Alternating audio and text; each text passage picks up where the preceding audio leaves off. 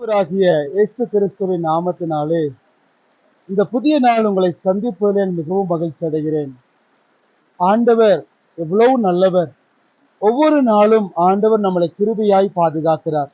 இந்த நாள் ஆண்டவர் நம்மளோடு பேசுகிற வார்த்தை ஏசாயா 43 அதிகாரம் 19வது வசனம் இவ்வாறாக சொல்லுகிறது, இதோ நான் புதிய காரியத்தை செய்கிறேன், அது இப்பொழுதே தோன்றும் என்று ஆண்டவர் வாக்கு பண்ணுகிறார்.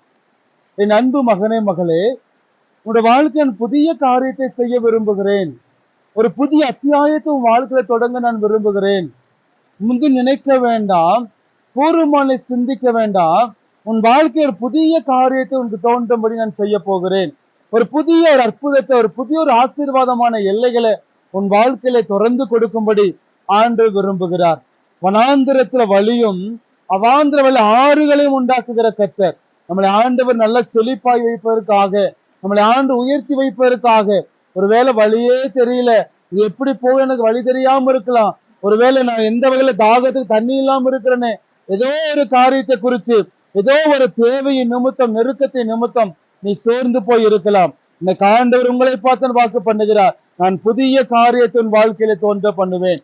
ஒரு புதிய அற்புதத்தை உங்க வாழ்க்கையில செய்வேன். அது எப்படி ஆகும் அப்படின்னு நம்ம யோசிக்கத்தக்க அளவுக்கு ஆண்டு வழியை உண்டு பண்ணுவேன் ஆண்டு வாக்கு பண்ணுகிறார். சோர்ந்து போகாதீங்க.